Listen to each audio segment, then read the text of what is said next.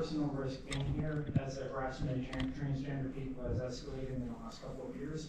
I feel I need to say something given what happened. I want to speak in part about the locker room incident in March that received national attention. So, every transgender person has a different experience. I made the discovery that I'm trans last year. This is after living my entire life as an adult male and being married. Reflecting on my life, there have been numerous signs about who I am, but I ignored them because I was busy playing the role of a husband and a father. I was bullied as a tween and a teenager to conform to being a boy. I felt a constant need to be in a relationship with a woman and to be around company fun. I assumed this was attraction, but it was not that at all. It's a mix of emotions from envy to desire for acceptance. I fought depression for decades, and I was on antidepressants, fighting suicidal ideation and self-harm. I could not understand why, even with years of therapy, that this was happening. I would look in the mirror and something bothered me about the reflection, but I couldn't explain what it was, so I had to look at myself.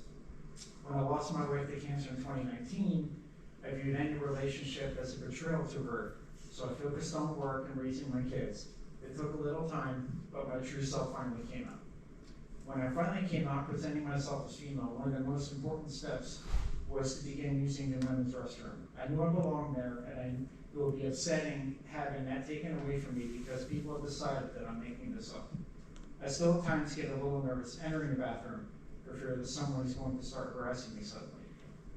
I am much happier now that I'm transitioning, and I like what I see in my reflection, even though I'm only a little less than a year in. I've stopped taking my anti-anxiety med, and I have plans to stop the other medications. I'm less than 20 years from retirement, so why would I risk blowing up my relationship with my kids and my career if this was not my true identity? I know it is hard for people to understand when you identify as your gender assigned at birth your whole life. You can't imagine changing any of that to be the opposite gender or to be non-binary. I want to ask the school board to not make changes to the bathroom policy that will discriminate against transgender students. Creating gender-neutral bathrooms specifically for trans students to use and requiring them to use them sends a harmful message to these kids. When you do not acknowledge your gender identity, you must remain separate from the other students because we do not believe you. Thank you.